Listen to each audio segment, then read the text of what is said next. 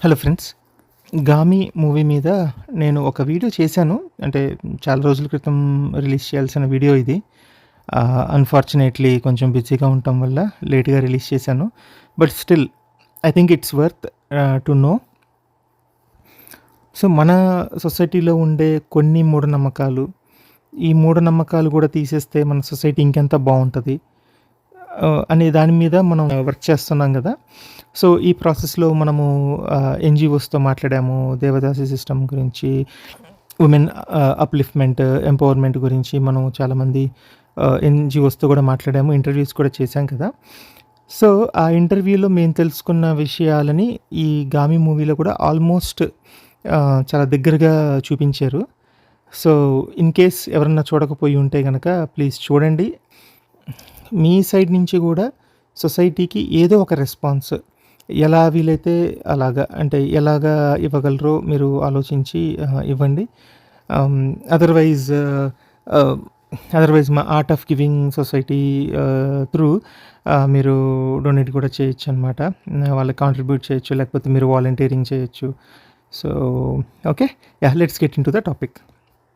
'గామి' సినిమాలో ఈ దేవదాసి ఇష్యూ మీద కొంచెం డీటెయిల్‌గా కవర్ చేశారండి. అంటే మరి ఇదివరకు ఏమన్నా సినిమాలు వచ్చాయేమో నాకైతే తెలియదు గానీ, ఈ సినిమాలో అయితే చాలా డీటెయిల్‌గా కవర్ చేశారు. సో, అవేంటో చూద్దాము. ఫస్ట్ అయితే పేదరికం. సో, లోయర్ క్యాస్ట్స్‌లో జనరల్‌గా పేదరికం ఎక్కువుంటది కాబట్టి, వాళ్ళని ఈజీగా ఎక్స్‌ప్లాయిట్ చేసేసి, అంటే ఎంపవర్‌మెంట్ అంటే కష్టం కానీ, వాళ్ళకి training centres, jobs, income, facilities ఇవన్నీ కష్టమవుతుంది గానీ, ఇలా ఎక్స్‌ప్లాయిటేషన్‌లోకి దింపడం చాలా ఈజీ గదా! అది కూడా దేవుడి పేరుతో. కాబట్టి హ్యాపీగా దింపేసేవాళ్ళనమాట. ఈ ఊరు పెద్దలు అని చెప్పుకునేవాళ్ళు వీళ్ళందరూ. సో, మనం ఎన్‌జీఓస్‌తో మాట్లాడినప్పుడు కూడా ఫస్ట్ రీజన్ వాళ్ళు చెప్పింది పేదరికం అని. ఈ సినిమాలో ఈ అవ్వతో చెప్పిస్తారనమాట. మాది చాలా పేద కుటుంబం. మా నాన్న భరించలేక మమ్మల్ని ఇలా అమ్మేశాడు అని తను చెప్తుంది. ఓకే. సో, నెక్స్ట్ మూఢనమ్మకం. మూఢనమ్మకం అంటే ఈ సినిమాలో ఎలా చూపిస్తారంటే, ఊర్లో ఉన్న ఊర్లో ఉన్న యాస్ట్రాలజిస్ట్స్ అందరూ మనం చూసాం గదా! యాస్ట్రాలజీ సక్సెస్ రేట్ ఎంతో. వేణుస్వామి 'ప్రభాస్ హీరో కాడు' అంటే 'ప్రభాస్‌కి హిట్స్ రావు' అన్నాడు. ఇప్పుడు టపటపా హిట్స్ వస్తున్నాయి. 'కేసీఆర్ గెలుస్తాడు' అన్నాడు, ఓడిపోయాడు. 'జగన్ గెలుస్తాడు' అన్నాడు, జగన్ ఓడిపోయాడు. ఇట్లాగా అంటే వన్ ఆఫ్ ద సెలబ్రేటెడ్ అనమాట. అంటే హీరోయిన్‌లు పెద్ద పెద్ద వాళ్ళందరూ ఎళ్లి పూజలు చేయించుకుంటారు ఆయన చేత. ఆయన చెప్పినవి వరుసగా ఫ్లాప్ అయినాయంటే, ఇంకా ఊర్లో వీధికొకడు దుకాణం పెట్టుకొని చెప్పేస్తా ఉంటాడు కదా! ఇంకా వాళ్ళ సంగతి ఆలోచించండి. సో, ఈ లేడీకి ఏమవుతుందంటే, ఊర్లో ఉన్న జ్యోతిష్యులందరూ నీ బిడ్డ చచ్చిపోతుంది అని అందరూ చెప్పేసరికి ఈవిడ భయపడి ఏం చేయాలో తెలియక మొక్కుంటుందంట. నా బిడ్డ గనక పుట్టి ఆరోగ్యంగా ఉంటే నేను దేవదాసి కింద మారిపోతాను అనేసి. అంటే ఇదొక మూఢనమ్మకం. బట్ చాలా మూఢనమ్మకాలున్నాయి దాంట్లో. మనం ఇంకొకసారి ఎప్పుడన్నా డీటెయిల్‌గా మాట్లాడదాము. అబ్బాయిలు తలకొరివి పెట్టకపోతే పితృలోక ప్రాప్తి రాదు గాబట్టి, అమ్మాయిని దేవదాసి చేసేస్తే, ఆ దేవదాసిగా ఉన్న అమ్మాయి అయితే తలకొరివి పెడితే అప్పుడు పితృలోకం వస్తదంట. ఏంటో పిచ్చి నమ్మకాలు. లేకపోతే ఇంట్లో పిల్లలు చచ్చిపోతున్నా, లేకపోతే ఇంట్లో మగవాడికి ఆరోగ్యం బాలేదన్నా, ఇంకా ఏదొచ్చినా ఇంకా లాస్ట్ ఆప్షన్ కింద ఇదొకటి ఇంకా అన్ని రకరకాల మొక్కుంటారు కదా! దాంట్లో ఇదొకటి. ఇది. దీంట్లో ఇంకో విషయం ఏంటంటే, ఇప్పుడు మన బత్తాయిలు గానీ, మనందరం ఫీల్ అవుతుంటాం. ఒక బియ్యపు బస్తా ఇచ్చేసి మతం మార్పిడి చేసేసారు అనేసి. మనం ఎన్‌జీఓస్‌తో మాట్లాడినప్పుడు మనకు తెలిసిన విషయం ఏంటంటే, ఒక కాటన్ చీర, ఒక బియ్యం బస్తా ఇస్తే అమ్మాయిని వాళ్ళు దేవదాసి చేసేయడానికి రెడీగా ఉంటారనమాట. అంత పేదరికంలో ఉండేవాళ్ళనమాట. అంటే అంటే మతం మారితేనే మనకి నొప్పనమాట. మన జీవితాలు నాశనం అయిపోయినా, కొన్ని కుటుంబాలు నాశనం అయిపోయినా, లక్షల మంది అమ్మాయిలు ఈ ఊబిలోనికి తోసేసినా, ఏం చేసినా మన బత్తాయిలకి చీమ కుట్టినట్టు కూడా ఉండదు. జస్ట్ మతం మారటమే పెద్ద పాపం అనమాట.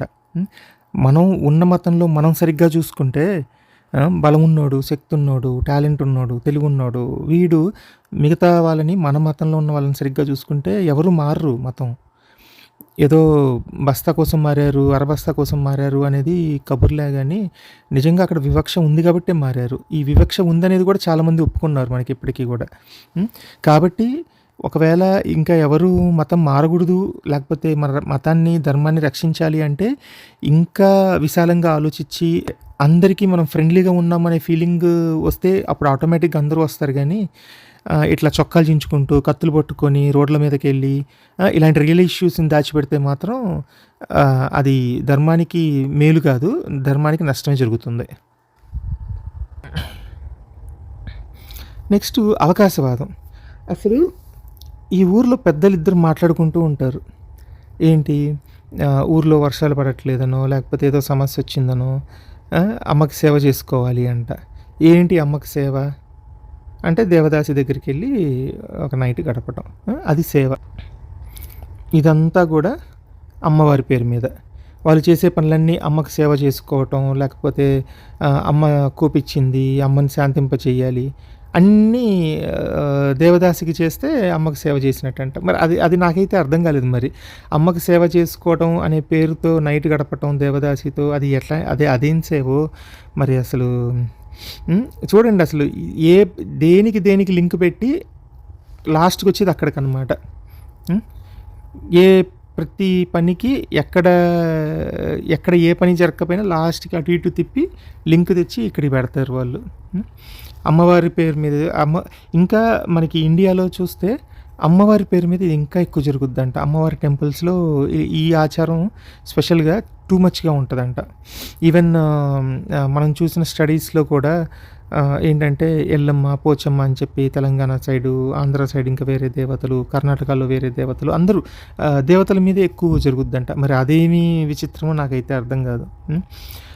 అమ్మవారు మాత్రం చూస్తూ ఉంటది ఇవన్నీ. మళ్ళీ ఎవరో కమ్యూనిస్టులు వీళ్ళు వాళ్ళు వచ్చి ఫైట్ చేసేదాకా అమ్మవారు ఇవన్నీ చూస్తూనే ఉంటది. ఒకవేళ అమ్మవారే వాళ్ళని పంపించిందంటే ఇంక చూడండి, అమ్మవారి ప్రతిరూపం కదా వాళ్ళు. కానీ ఈ బత్తాయిలు కమ్యూనిస్టులని హేట్ చేస్తారు. ఎందుకు, ఇలాంటివన్నీ ఆపారు కాబట్టేమో మరి. ఇక నెక్స్ట్ ఏంటంటే వాళ్ళు దేవదాసిని చేసే ప్రాసెస్ కూడా కొంచెం డీటెయిల్‌గా చూపిస్తారు. బేసిక్‌గా ఇలాగ పూసలు కడతారనమాట. ఒక సూత్రంలాగా కడతారు. ఎవరు, బ్రాహ్మణుడు కడతాడనమాట. సో, ఇప్పుడు ఎవరన్నా దేవదాసిగా చేయాలి అంటే గుడికెళ్తే ఇవి తీసుకొని గుడికెళ్తే ఆ బ్రాహ్మణుడు కట్టి, ఇంకా మీకన్నీ కష్టాలన్నీ పోయినాయి. మీ ఇటు 20 తరాలకి, అటు 20 తరాలకి స్వర్గప్రాప్తి వస్తది. మీ అమ్మాయిని దేవీ సేవలో దింపేశారు కదా, ఇంకా మీరు హ్యాపీగా నిశ్చింతగెళ్ళి రండి అని చెప్పి చెప్తారనమాట. ఇంకా దారుణం ఏంటి అంటే, ఈ పెత్తనం ఇందాక మనం అనుకున్నాం కదా, ఈ పెత్తనం వీళ్ళకి ఊర్లో దేవదాసి లేకపోయేసరికి వాళ్ళకి కాళ్ళు చేతులు ఆడక మరీ దారుణంగా ఒక చిన్న పిల్లని, ఒక 10 ఏళ్ల పిల్లని దేవదాసిని చేస్తారు. మరీ టూ మచ్ అండి. అంటే నాకు ఆ ఫేస్ మొత్తం పెట్టడానికి నాకే మనసు రాక జస్ట్ సగం పెట్టాను. అసలు భలే బాధేస్తది. ఆ సీన్ మాత్రం అమ్మని ఎట్లా ఫోర్స్ చేస్తారు, ఎలా ఫోర్స్ చేసి ఎలా తీసుకొస్తారు అనేది ఇంకా దారుణం అండి అది. అంటే ఇంట్లో వాళ్ళు, సొసైటీలో వాళ్ళు అన్ని రకాల ఆశలు చూపించి ఇలాగా దింపటం, కుదరకపోతే బలవంతంగా దింపటం చాలా దారుణం. ఓకే. ఇంకా వీటన్నిటిలోకి ఇంకా హైలైట్ ఏంటి అంటే, వీటన్నిటికీ ఒక కపట సూత్రధారి ఉంటాడనమాట. వాడే మన పూజారి. ముందు ఒక సీన్లో ఇలాగ పూజారిని చూపిస్తారు. తర్వాత ఈ చిన్న పాపని దేవదాసిని చేశాక వాడే బెడ్ మీద వెయిట్ చేస్తూ ఉంటాడు. అంటే ఫస్ట్ బోని వాడిదనమాట. వీడు అందరికంటే కపట సూత్రధారి. మనుషుల్లో ఉన్న వీక్నెస్ని, ఆశల్ని, అమాయకత్వాన్ని అన్నిటినీ ఆసరా చేసుకొని మొత్తం గేమ్ అంతా ఆడిచ్చేది వీడనమాట. ఇది ఫ్రెండ్స్ రియాలిటీ. మన సొసైటీని దేనికి పనికి రాకుండా చేసి నిర్వీర్యం చేసేసి అందరినీ చీకట్లో పడ్డానికి ఎలా అయింది అనేదానికి ఇదొక సీక్వెన్స్ అనమాట. ఎక్కడో బాగా చదువుకొని సొసైటీకి హెల్ప్గా ఉండాల్సిన ఒక ఫ్యామిలీ ఇట్లాంటి మూఢ జ్యోతిష్యాలు, ఇట్లాంటి పిచ్చి బ్రాహ్మణులు, అట్లాంటి ఊరు పెద్దలు వీళ్ళ చేతుల్లో పడి నలిగిపోయింది. ఎలా అయిపోయిందో చూడండి. ఇట్లాంటి ఫ్యామిలీస్ కొన్ని లక్షలు ఉన్నాయి ఇండియాలో. ఇప్పటికీ కొన్ని లక్షలు ఉన్నాయి. కొన్ని వేల మంది ప్రతి సంవత్సరం ఇంకా కొత్తగా పుట్టుకొస్తున్నారు. అది ఫ్రెండ్స్ స్టోరీ. బాయ్.